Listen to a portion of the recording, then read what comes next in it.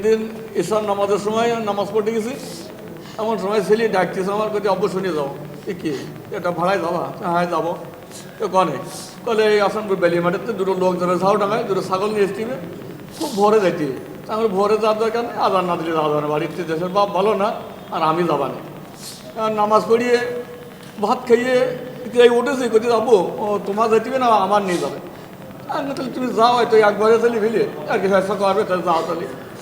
এখন আমি 4টির পরে উঠেছি, উঠি দেখি উঠোনে গাড়ি নেই, 7টা 12টায়। আমি বৌমার বলতেছি, আম্মু আমার সোহাগ কই? তো বলছি আব্বু চলিকে সারা রাত ফোনে জ্বালাইছে, তা আমার একটু বলবে না? বলছি না, বলিয়ে যায়নি, বুঝলেন। এবার আমি ফজরের নামাজ পড়িয়ে ফোন দিতেছি 10টা পর্যন্ত। 10টা পর্যন্ত ফোন দিতে কোনো ফোন ধরতিস না। ফোন না ধরলে এবার আমার মনের তো বেরোতেছে আমার ছেলে কিনা মেটি ফেলি দিয়ে গেছে। এবার আমি আসলাম কেশবপুর, আসিয়ে স্যারেরা সব তো বললো যে এরকম, আমি আর কী করতে পারি এখন। আস্তে আস্তে আস্তে এবার এসপি স্যারের কাছে আসলাম। উনি বলি যে 3 দিনের ভিতরে আপনার সব সহযোগিতা করবো।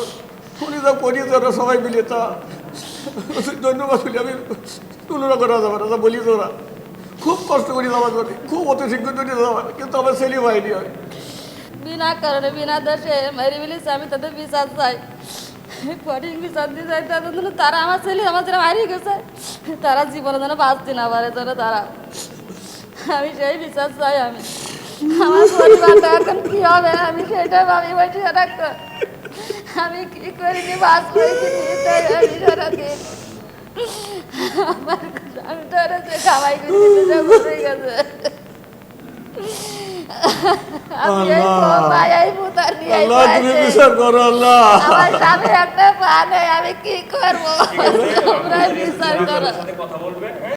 আমরা অপরাধ ঘটলে সঙ্গে সঙ্গে সেটা ব্যবস্থা নিচ্ছি এবং অপরাধীকে খুঁজে বের করে আইনের আওতায় যে আনছি, এটা একটা প্রমাণ। আমরা সকল আমাদের যে ক্যাপাসিটি সেটা প্রয়োগ করে আমরা অপরাধীকে ঠিকই শনাক্ত করেছি এবং তাকে পাকড়াও করছি এবং তাকে আইন হতে সফল করব। সুতরাং যশোর জেলায় পুলিশিং কার্যক্রম কোনোভাবেই থেমে নেই। আপনারা জানেন যে গত 5 তারিখে কেশবপুর একটি অজ্ঞাতনামা ব্যক্তি কর্তৃক ইজি বাইক ছিনতাই করে একজন ইজি বাইক চালককে হত্যা করা হয়।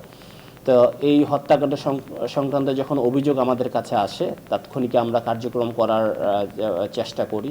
পরবর্তীতে ভিকটিমের বাবা আমাদের নবাগত পুলিশ সুপার মহোদয়ের কাছে আসেন এবং তিনি কমিটমেন্ট করেন যে আমরা 3 দিনের মধ্যে আপনার ছেলে হত্যাকারীকে ধরার চেষ্টা করব, সর্বোচ্চ চেষ্টা করব। এবং তার দিক নির্দেশনায় ডিবির 2টি চৌকস টিম এই হত্যাকাণ্ডের সাথে জড়িত যে আসামি তাকে গ্রেপ্তার করার জন্য অভিযান পরিচালনা করে।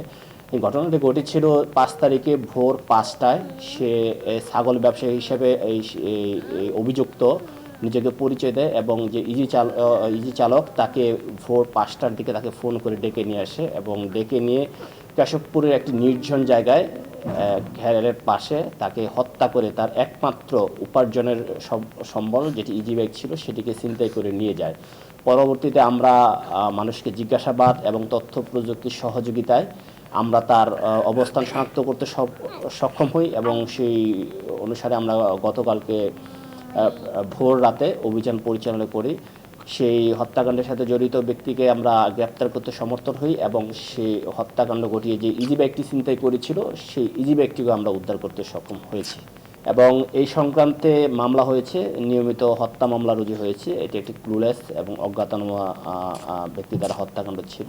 আলহামদুলিল্লাহ আমরা সকলের সহযোগিতায় এটা উদ্ধার করতে সমর্থন হয়েছি।